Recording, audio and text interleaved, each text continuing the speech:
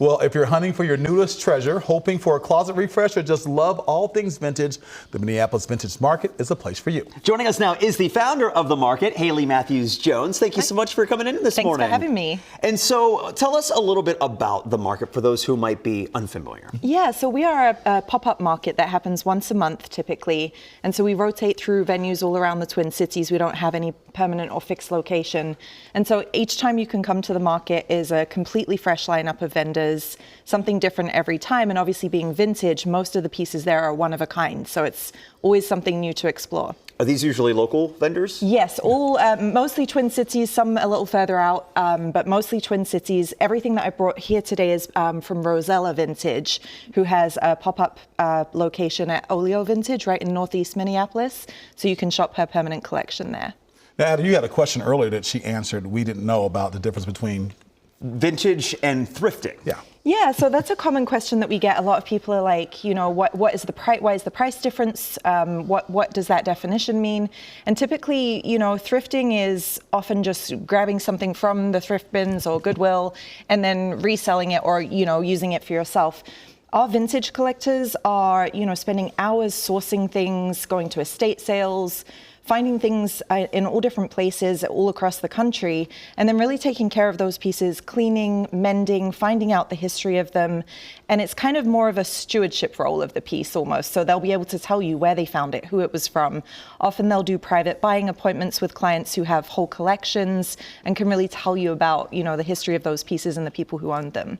Well, like this was worn by Amelia Santinello. There you go. I can see her wearing it. I know, she's so beautiful. It's so beautiful. Tell us about what you brought here. These things look great. Yeah, I feel like we needed a little pop of color today. We're on that flip side of winter, finally, maybe. I think we are. Yeah, I'm going to dress for the weather you want. So I've got a couple of 1960s dresses here from, as I said, everything is from Rosella.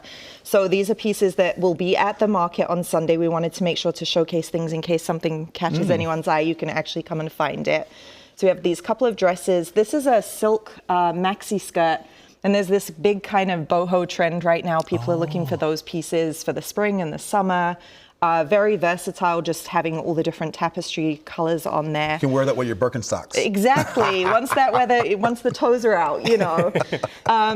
Yeah, and then we have some fun accessories. So sometimes one of the complaints that people find, or things that people struggle with vintage, is the sizing can run small, you know. So if that's something that you come up against and you find it a challenge to find clothing that fits you, definitely consider accessories, because these can be a really, you know, versatile way to kind of update your wardrobe or bring some new life into the things that you have. And so we brought a couple of purses here. These are 1980s shoes with a very fun heel on these, a little, I think that's a leopard. Oh my gosh, I think that would fit. 1980s is vintage? Jaguar, yes. 1980s is vintage, I'm old. Oh yeah, well technically anything prior to the year 2000. We use like a 25-year definition, which is hard to think vintage. I know. 2000 was 25 yeah, we're all years ago. vintage, okay, is what I'm saying. I have to ask, any pieces for men? Yes. So we have a good mix of clothing, men's and women's, and then also a lot of home goods. So if you're looking for things to decorate your apartment, your home, some smaller furniture items, we don't tend to have as much larger furniture pieces, but certainly lots of like decor and things like that, kitchenwares. So it's a really fun day to come and just explore and dig through everything that's there. Well, perfect. Haley, thank you so much for coming in. Yeah, thank you. Thanks a lot. And Minneapolis Vintage Market will be held tomorrow at Machine Shop from noon until 4. Early bird admission starts at 11 for only $10. Sounds like a lot of fun.